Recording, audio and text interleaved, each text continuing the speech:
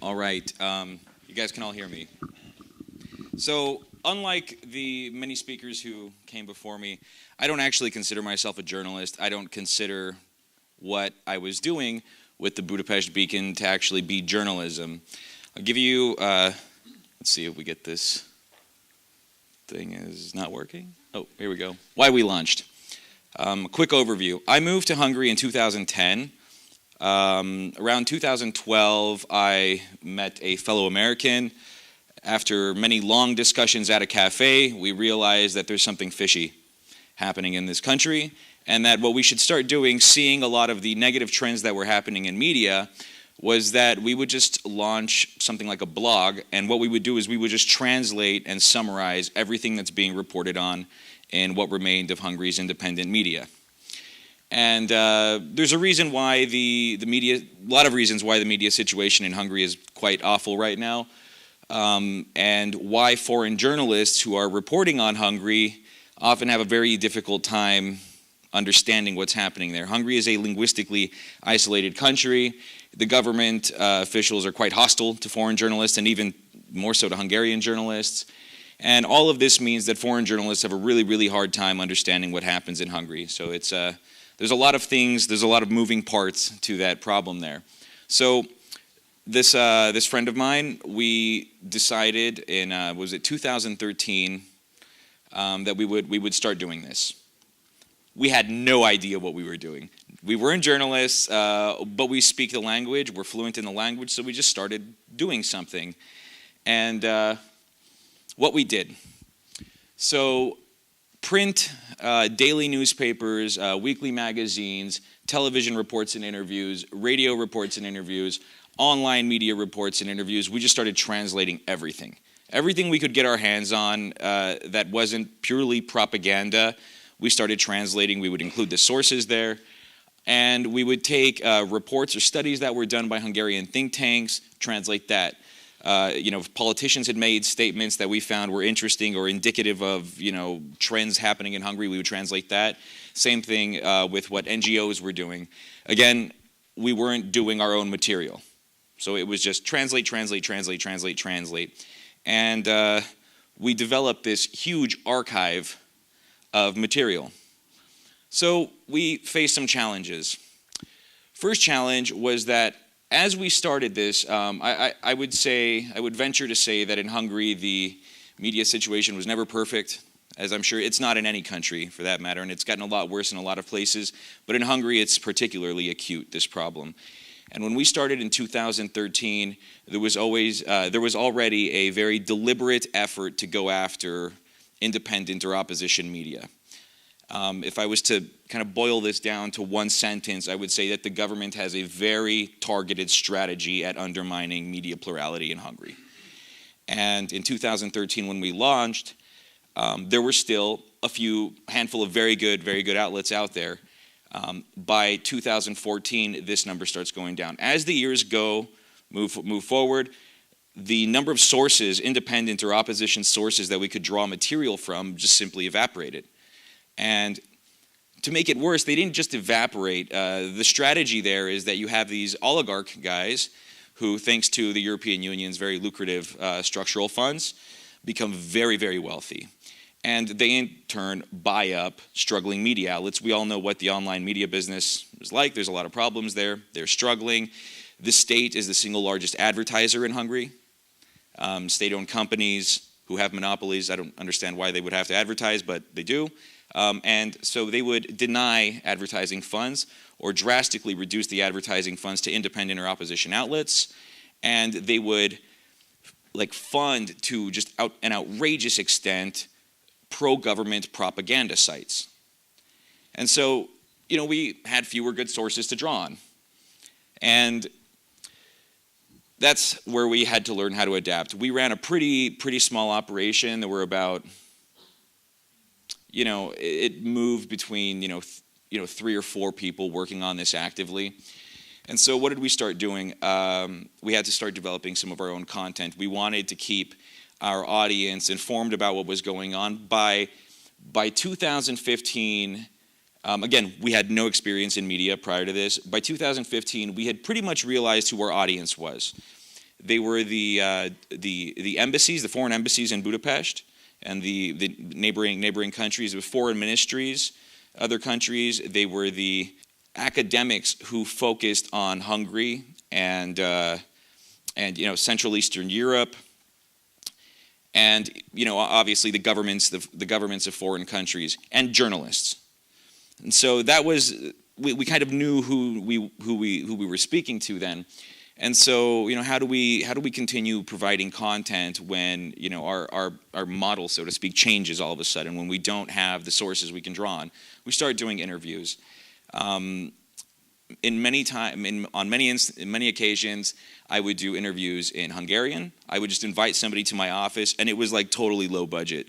So it was pretty funny, and I liked that it was low budget because we didn't try to sell ourselves as like a premium news outlet.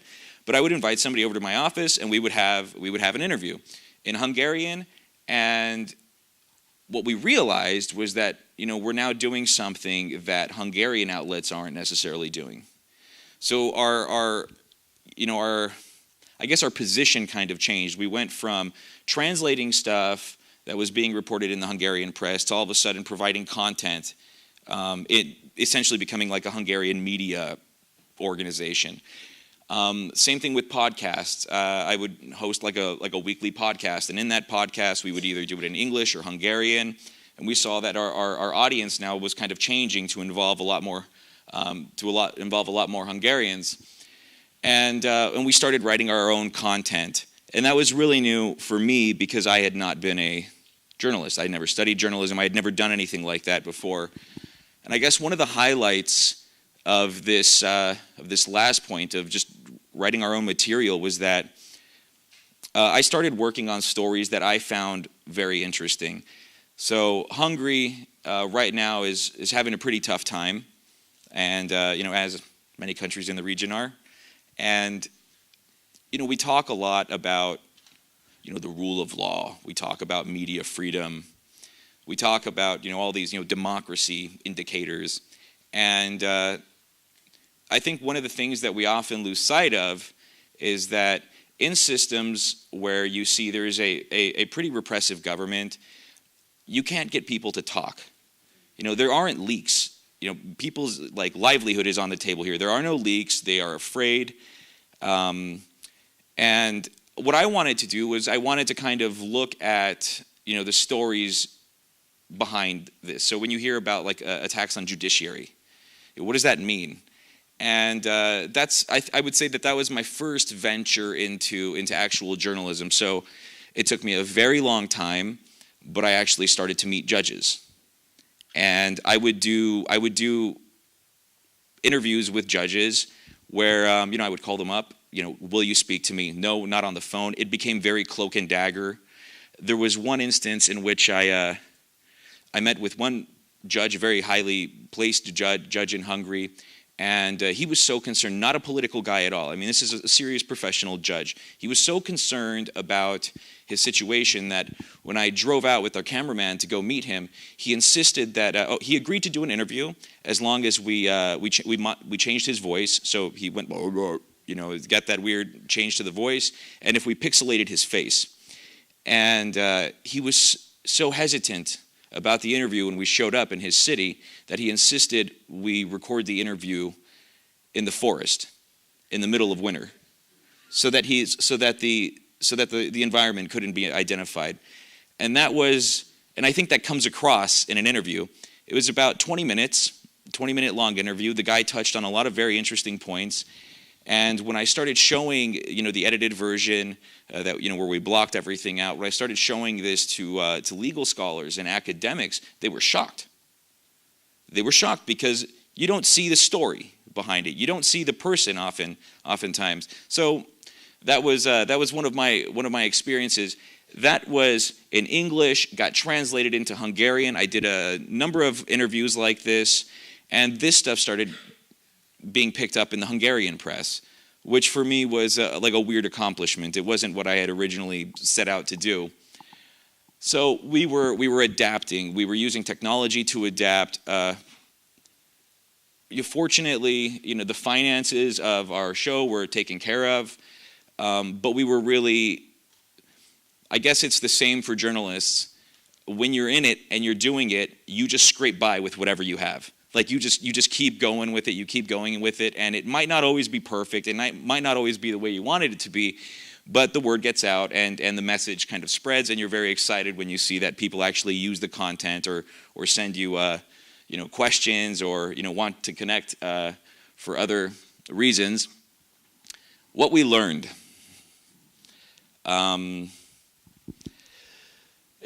It's hard. I think the biggest lesson here is to never give up. I am not even going to try to act like I am in the same situation as many of my Hungarian colleagues are. So the environment that they're working in is very, very difficult. It's highly politicized in Hungary, and they're working against a lot of odds here. At the same time, we see that the way people consume media is changing rapidly. So you're going from, if you want to be able to tell a story, you have to sensationalize it a bit to get those clicks, to earn some kind of revenue. And I see there's an adverse effect it's having on the media market, especially in Hungary, which is quite unfortunate. It's a rapidly changing environment. I think in a place like Hungary where it's so tangible, you can feel what's happening to the media environment. Everybody's kind of trying to grasp at straws, trying to understand, like, how do we deal with this? And the attacks aren't only political; they're economic. You just kind of have to be running and always trying something new. And I guess you have to take a lot of risks, and you have to keep trying. Political journalism in an environment like Hungary is weird. Government officials, if they do talk to the press, they're very condescending. They accuse real journalists who are trying to do real objective journalism as being fake news and stuff like this. If you write something that is perceived as bad by the Hungarian government, you are therefore a traitor to the Hungarian nation. And these are words that aren't, they're thrown around so lightly now that it's a very hostile environment to work in. I think the biggest lesson I learned is context. So the amount of material that we had translated over the years was incredible. I think together we ended up launching a Hungarian site where we just translated stuff, our own material, into Hungarian. I think together with the translated site, I'm probably close to 9,000 articles in 4 years, 4.5 years. And what that taught me was that the amount of translating I had to do, the amount of going out and speaking to people to try to understand this issue a bit better, so I don't mess up the translation. What I was left with, the experience I was left with, was that I suddenly have a lot more context. So when we had national elections in Hungary in April, of course Fidesz won with 2/3, and before the elections, you get all the major outlets, they send their journalists to Hungary because somebody's going to come here and break the story. Somebody's going to come here come with a big scoop, and they're going to be able to explain this to a Western audience. And what I realize oftentimes is that journalists come to Hungary not understanding the context. You step in with this. With this notion that you understand what is happening here and you're going to be able to tell this story, when they don't, and they simplify it, and I think that does a lot of damage to journalism. I don't want to make a political message, but one thing I will say is that experiencing what I've experienced in Hungary over the past 8 years, the way I would describe how a democracy kind of gets taken apart is it's not like somebody comes in with a sledgehammer and just bonks the courts on its head and then bonks the public prosecutor on the head or smashes the media. I would liken it to death by 1,000 cuts. So it's these surgical incisions all over society, in law, in the media. It's these cuts that in and of themselves, one by one, don't really mean a lot. But when you take all the cuts and you put them all together, you see that you can actually see the effect of it. And that is why I think context is so important. When you have to take the time to explain that to people, that it's not like opposition folks are getting beat up, or an opposition politician or civil society people are being beat up in the street. That's not it. And you have to be able to explain that context to people, to readers. And I think that's a lesson that I learned. It's not just a journalism lesson. I think it's just a life lesson I learned that, we are often very, we approach, we're so eager to tell a story that in our haste we forget that, it's so much more complex than we imagine. And we really, really have to take the time to see a lot of different aspects of what's going on so that in that few sentences that we do dedicate to a particular story or an element to a story, that we really try to do it as much justice as possible without coming across like smartasses. Don't ever be afraid to try something new. I had never done podcasts regularly. I had never done video regularly. That was a totally great experience for me that I really, really enjoyed. A really cool thing that we did, again, as like not a professional media organization, was we had come into contact with there's maybe about half a dozen academics in the United States who actually deal with, who focus on Hungary, Central Europe, and in particular Hungary. And so we would go to the United States, we would go to these universities, we would be, at Princeton or, UPenn or wherever, and we would meet with these academics, and we would speak to them, and you're sitting there talking to them, and you realize this person knows a lot about what's going on in Hungary, and they're able to explain it in English. So we'd fly back to Hungary, we'd edit our videos, and then we'd caption it in Hungarian. And then we would play that to a Hungarian audience, and it was really interesting seeing how they responded to, watching somebody who isn't Hungarian, who lives on the other side of the planet, who is, intimately aware of what's going on in Hungary, explain their situation back at them. And that was always a very interesting experience to see. And the final lesson that I learned was not to be afraid to immerse myself in propaganda. And I think that's especially in today's day and age. I mean, there's a lot of crazy things happening that are appearing in the media. For me personally, I spend probably maybe about 3 hours a day listening to pro-government propaganda, reading pro-government stuff, trying to understand what the narrative is, what the narrative is that they're building up. And I think it's really in that you can see the intentions, the duplicity of a government. Like I said, Hungary is a linguistically isolated country per capita. I mean, I think there are statistics out there. Hungarians don't tend to speak numerous languages, so the information that they're getting is primarily Hungarian. A lot of the young people can read from drawn outside foreign sources, but that isn't the critical base, the critical politically active base in Hungary.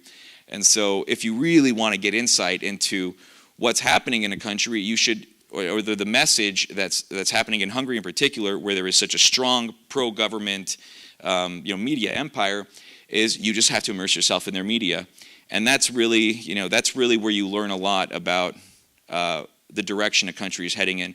I guess one final point that I'll make before my time runs out here is that when we started doing this, the media environment was very different.